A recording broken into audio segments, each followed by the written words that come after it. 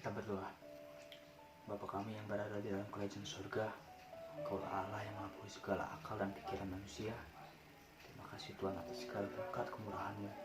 Kami dapat menjalani hidup dengan penuh sukacita dan damai sejahtera. Sebentar lagi hamba-Mu ini akan memberitakan sebagian dari firman-Mu. Biarlah firman-Mu nyata dalam kehidupan kami. Dalam nama anak Tuhan Yesus Kristus dan dalam Roh Kudus. Haleluya. Amin. Baiklah, saudara-saudaraku yang terkasih, firman ini terambil dari Nats 1 Yohanes 2 ayat 1-6. Lembaga Alkitab Indonesia memberikan judul perikop Yesus Pengantara Kita. Saya akan membacakan untuk kita semua. Anak-anakku, hal-hal ini kutuliskan kepada kamu supaya kamu jangan berbuat dosa. Namun jika seorang berbuat dosa, kita mempunyai seorang pengantara pada Bapa, yaitu Yesus Kristus yang adil. Dan Ia adalah pendamaian untuk segala dosa kita, dan bukan untuk dosa kita saja, tetapi juga untuk dosa seluruh dunia. Dan inilah tandanya bahwa kita mengenal Allah, yaitu jikalau kita menuruti perintah-perintah-Nya. Barang siapa berkata, "Aku mengenal Dia," tetapi ia tidak menuruti perintah-Nya, ia adalah seorang pendusta, dan di dalamnya tidak ada kebenaran. Tetapi barang siapa menuruti firman-Nya, dalam orang itu sungguh sudah sempurna kasih Allah. Dengan itulah kita ketahui bahwa kita ada di dalam Dia. Barang siapa mengatakan bahwa ia ada di dalam Dia, ia wajib hidup sama seperti Kristus telah hidup. Demikianlah firman Tuhan. Shalom teman-teman. Tema yang saya berikan untuk nats kita ini yaitu hidup memuliakan Kristus. Seperti yang kita ketahui bahwa Yohanes merupakan pengikut setia dari Kristus Yesus, sama seperti Paulus yang menuliskan surat-suratnya untuk memuliakan Allah. Kita tahu Yohanes merupakan pengikut setia Kristus yang menuliskan surat yang pertamanya ini untuk melawan ajaran-ajaran sesat yang pada saat itu merajalela, seperti Gnostikisme dan Doketisme. Ajaran-ajaran ini merupakan ajaran-ajaran yang bertentangan dengan kekristenan. Ajaran ini bisa disebut dengan antikristus, yaitu bertolak belakang dengan Kristen itu sendiri. Jadi maka dari itu Yohanes menuliskan surat ini untuk meluruskan dan memperteguh iman-iman orang percaya, agar pada saat itu tidak goyah oleh ajaran-ajaran sesat. Tetapi jika kembali pada saat ini, pada zaman ini, musuh terbesar dari orang-orang percaya bukanlah hanya sebatas ajaran sesat, bukan hanya sekedar ajaran ini itu yang dapat memgoyahkan iman, melainkan dirinya sendiri, orang percaya itu sendiri. Seperti keinginan daging, roh jahat, dan kuasa dunia. Itulah yang merupakan musuh terbesar daripada orang percaya, dan masalah yang harus dihadapi. Menghadapinya dengan apa? Apa yang bisa kita perbuat untuk mengatasi itu semua? Yang pertama, kita harus memiliki visi hidup. Sebagai orang percaya, kita harus memiliki visi hidup. Visi hidup yang seperti apa sih? Kita perhatikan kembali pada nats kita tadi. Di sini dituliskan, supaya kamu jangan berbuat dosa. Anak-anakku, hal-hal ini kutuliskan kepada kamu supaya kamu jangan berbuat dosa. Pada ayat yang keempat dan yang ketiga, dan inilah tandanya bahwa kita mengenal Allah, yaitu jikalau kita menuruti perintah-perintah-Nya dan menuruti segala firman-Nya. Dan yang pada ayat yang ke-6, barang siapa mengatakan bahwa ia ada di dalam Dia, di dalam Kristus, di dalam Allah, ia wajib hidup sama seperti Kristus yang telah hidup. Wajib hidup seperti Kristus. Sebenarnya visi hidup kita itu simpel itu, sederhana itu. Hanya tidak melakukan dosa, mengikuti perintah-perintah-Nya, dan hidup seperti Kristus. Tetapi pada aplikasinya sangat sulit untuk dilakukan.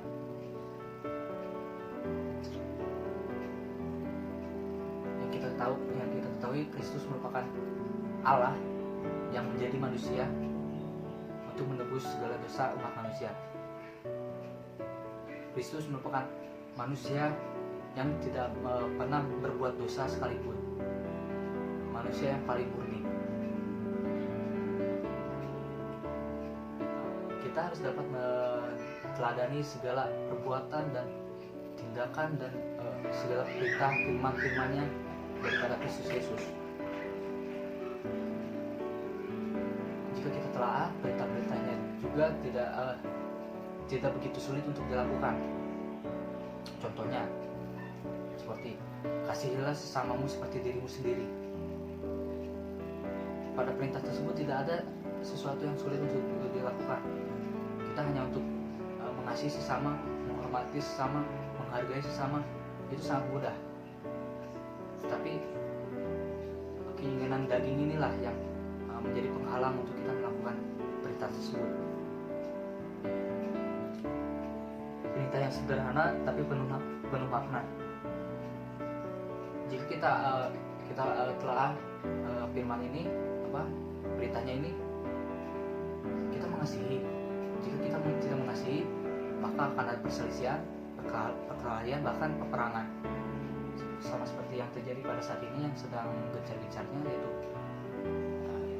negara tetangga kita, Israel dan Palestina, berperang, berselisih paham. Bukan berselisih paham, memang sudah sejak dulu bertentangan untuk memperebutkan suatu wilayah. Kalau mereka mengikuti firman dari Yesus Kristus, perintah-perintahnya, kasihilah sesamamu, tidak akan ada peperangan yang terjadi. Mereka akan saling menghargai, mengayomi, memberikan satu sama lain. Tidak ada perkelahian, tidak ada perebutan wilayah.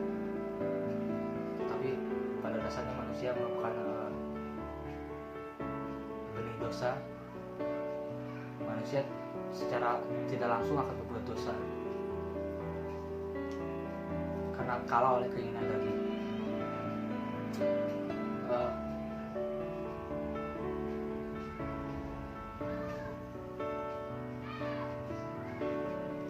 Visi hidup itu sesimpel itu ya. Kita lakukan sesuai firman Tuhan, kita berbuat sesuai dengan apa yang diberitakan Tuhan. Yang kedua, perbaharuilah karakter untuk memuliakan Allah. Mari kita buka pada Roma 12 ayat 2. Roma 12 ayat 2. Dikatakan, janganlah kamu menjadi serupa dengan dunia ini, tetapi berubahlah oleh pembaharuan budimu, sehingga kamu dapat membedakan manakah kehendak Allah, apa yang baik, yang berkenan kepada Allah, dan yang sempurna.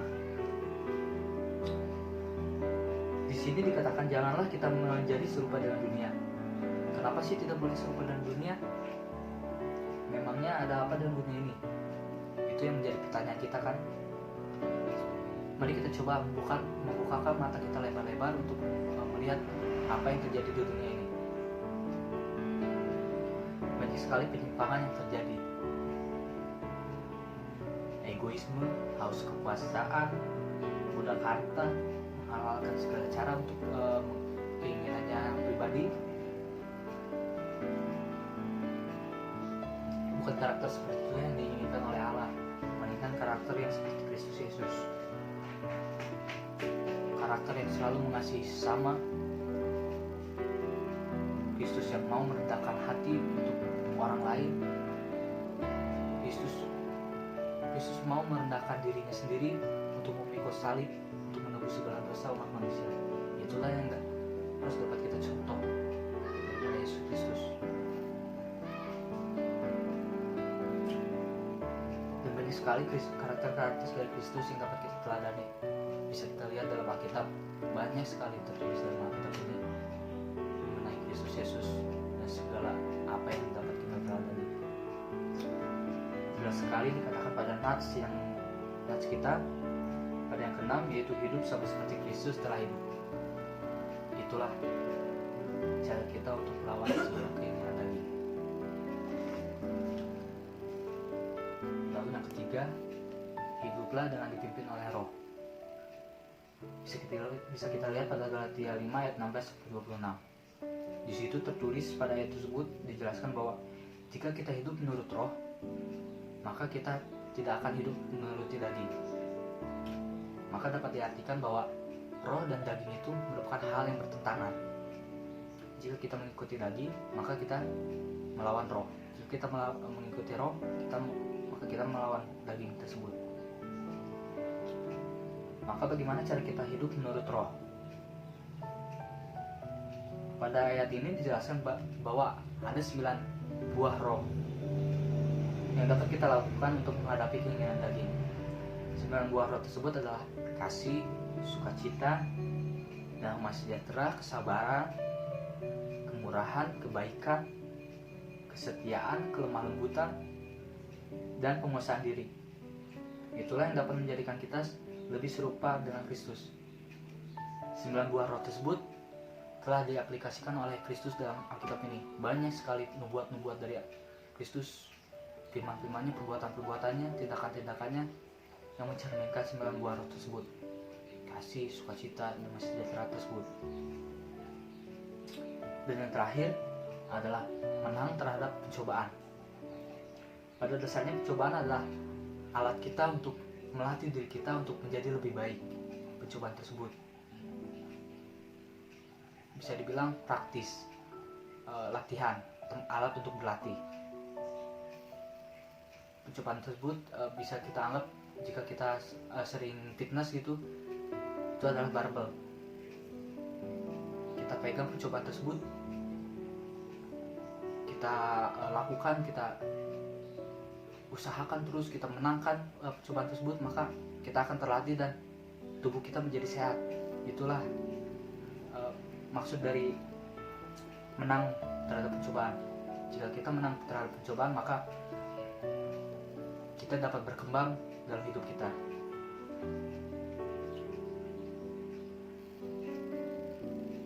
Pada dasarnya pencobaan adalah alat yang dapat melatih diri kita untuk menjadi lebih baik. Jika kita kalah menghadapi pencobaan tersebut, maka hidup kita akan menjadi tertekan dan tak ada perkembangan. Dan akhirnya hidup kita diberdayakan oleh keinginan daging, roh jahat, dan kuasa dunia. Bagaimana cara kita menang terhadap pencobaan tersebut? Yang pertama, kita harus tahu hakikat dari pencobaan tersebut, hakikatnya. Bisa kita lihat dalam 1 Korintus 10 ayat 13, dikatakan bahwa pencobaan tidak akan melebihi kekuatan manusia. Allah merestui pencobaan tersebut karena tahu pencobaan tersebut dapat kita hadapi, dapat kita lalui. Maka Allah merestui pencobaan tersebut untuk terjadi di dalam kehidupan kita. Allah ingin kita berkembang, berlatih untuk menjadi lebih baik. Itulah tujuan utama dari Allah.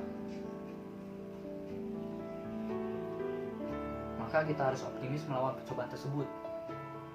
Jangan pesimis ataupun minder ataupun aku udah gak bisa nih melakukan ini nih, aku udah gak kuat nih.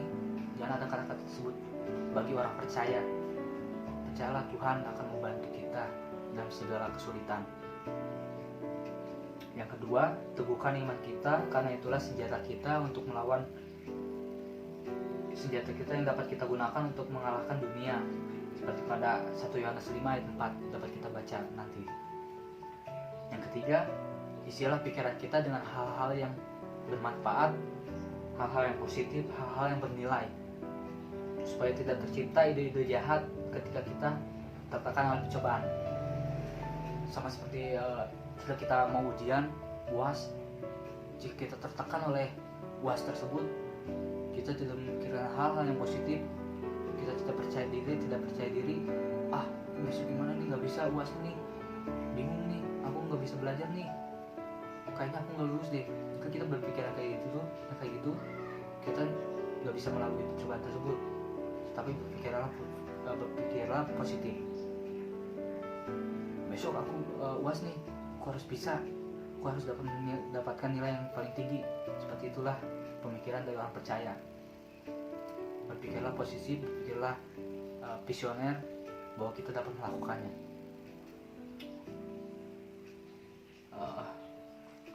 Yang terakhir, intimlah dengan Allah. Intim di sini bukan hal, maksudnya intim negatif ya.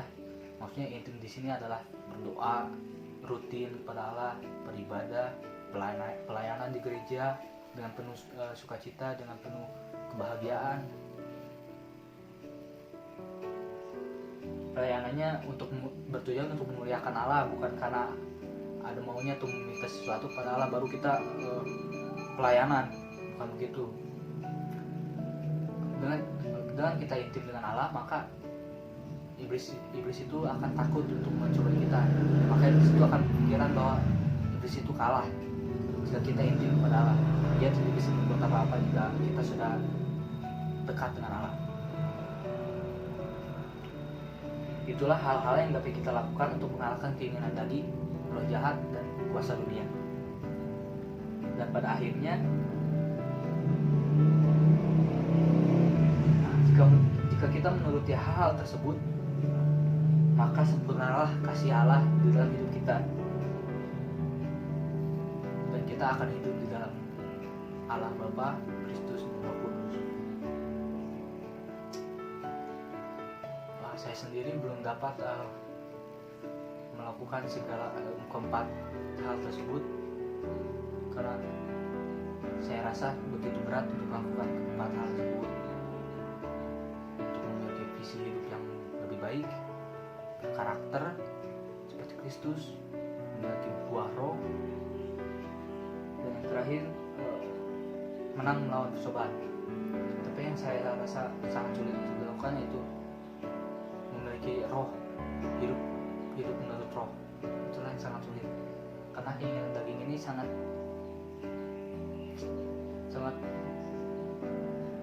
membuat kehidupan kita terlena. Sama seperti saya pada saat ini, saya tidak tahu apa tujuan hidup saya setelah perkuliahan ini. Saya tidak tahu kemana arahnya, saya tidak tahu apa yang akan saya perbuat setelah ini. Tapi saya sedikit demi sedikit berusaha untuk menemukan jati diri saya dengan membaca firman Tuhan, karena saya tahu firman Tuhan ini penuh dengan arti kehidupan. Hidup saya sangat jauh dari pelayanan. Hidup saya selalu mengandalkan kepada keinginan daging.